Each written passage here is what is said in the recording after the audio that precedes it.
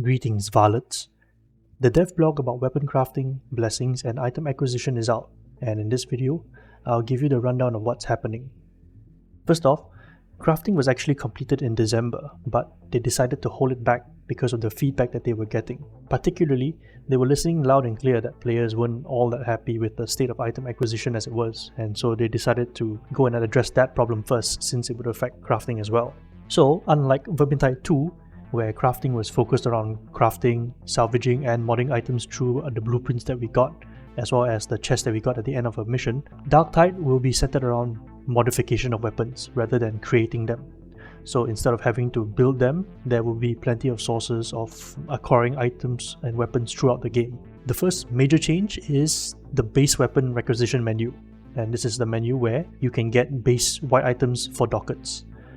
This is a feature that I really expected from the very get-go, and it's now finally being implemented.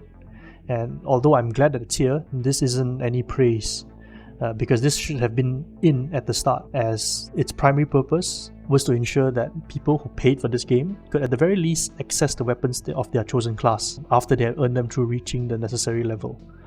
It was always strange that the reward screen when you unlock the weapon and then you go and check the shop and then you don't see it anywhere.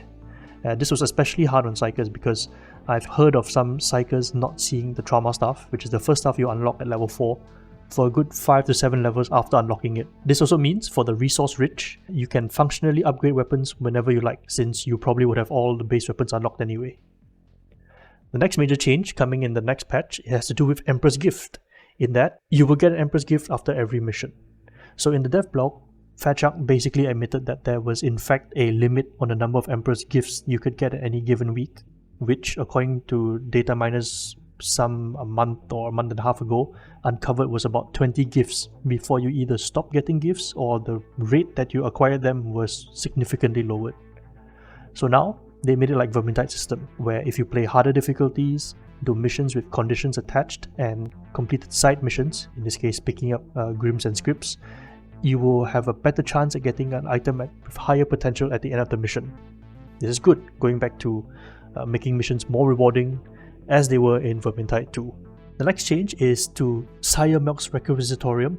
This is where you get your milk money from. The first thing they're doing is reducing the work you have to do for contracts and increasing the number of ingots, that's basically milk money to you varlets, you get from each of the contracts done.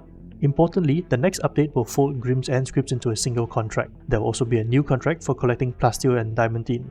Basically, go around a mission, loot boxes. It's a good addition since it's passive to your gameplay. In addition to this, there will also be improvements to the quality of weapons offered by Melk's catalog and the mystery acquisitions, so save your milk money, varlets. Finally, at the end of the blog, it goes over unlocking crafting, and so in the next update, we should fully unlock our crafting capabilities, but with that comes some changes that are arriving both good and questionable. So first off, the functions that we have now, Consecrate, where you upgrade the rarity of your weapon, and the Refine perk, where you can change one perk and the other will be locked, is still the same. The only change that they are implementing here is a cost scaling system that changes the total material cost depending on when you upgrade a weapon. So I assume that if you upgrade a weapon from white, which is the base tier, the overall cost to get it to orange will be much cheaper than if you upgraded it from green or blue. I guess this makes sense because since you have the ability to now buy the white weapons from the store, making it cheaper to fully upgrade also gives you more opportunities to get better orange weapons. But we'll see how this plays out, because it really depends on how significant the cost scaling will be.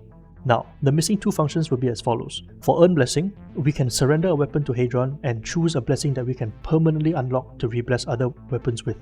The blessings we unlock here are shared across different weapon marks of the same weapon type. This is a good part of the blessing system with this change, because it removes the needless hoarding of weapons to break down for blessings, since the previous version of this system required us to keep breaking weapons down in order to extract fragments of the blessing to combine into a single one-time use blessing.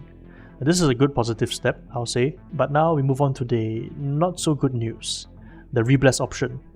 Players can choose to replace a single blessing on a weapon with a blessing of choice they have earned the right to use. The other blessing that was not chosen will become locked. Of course they had to lock something. Without looking at the comments on the forum, I can already feel and hear the groans and disappointment from players hoping that this was not going to be the case. Personally, I'm I can't say I'm surprised by this.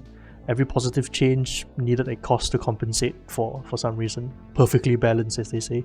Now, what I will say is this might not be as bad as it looks on paper because we have much more sources of loot to get weapons from.